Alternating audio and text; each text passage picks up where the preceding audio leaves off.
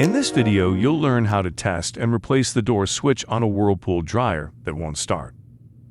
In this video, we will use the following tools and parts: a Phillips screwdriver,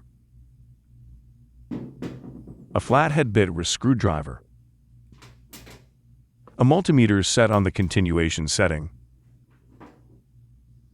Always test your multimeter before other things, and a new door switch replacement.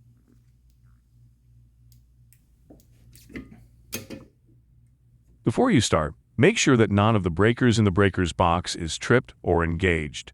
A tripped or engaged breaker can cause the dryer to malfunction and not run. It will also be a good idea to check the current door switch and make sure it is broken. Simply try to press it manually. If it feels flimsy and loose, it means the switch is broken.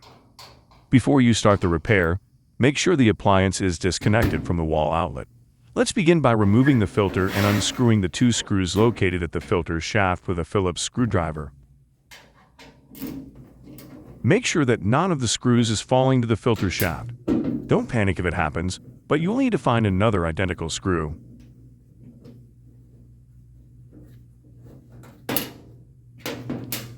To release the top cover, there are two clips that need to be pressed and released under the top panel.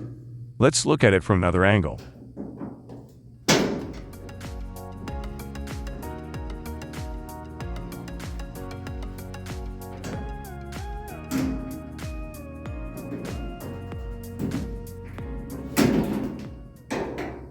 Now you can lift the top panel up and find the door switch wire harness.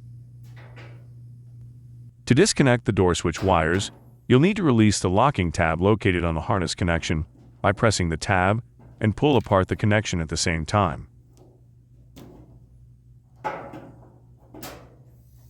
To remove the old door switch, simply unscrew the two screws located at the top right corner of the door frame on the dryer's body. Make sure you're holding the old door switch from inside the dryer when you're about to take the second screw off.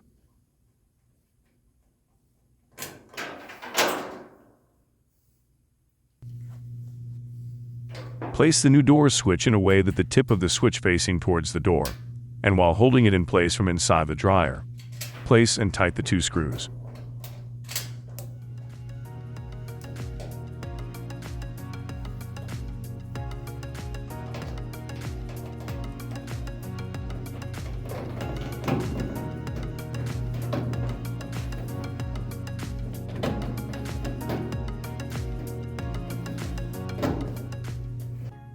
After you finish placing the new door switch, connect its wire harness back together and make sure the terminals are locked together.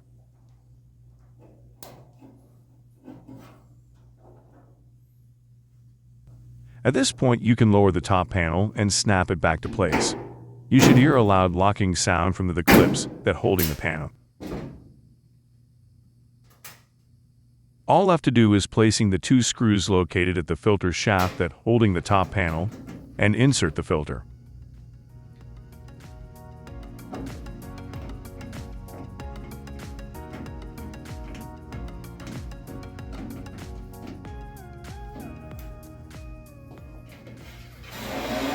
That's it, you're done. Make sure you test the dryer right after you've finished to make sure everything works perfectly.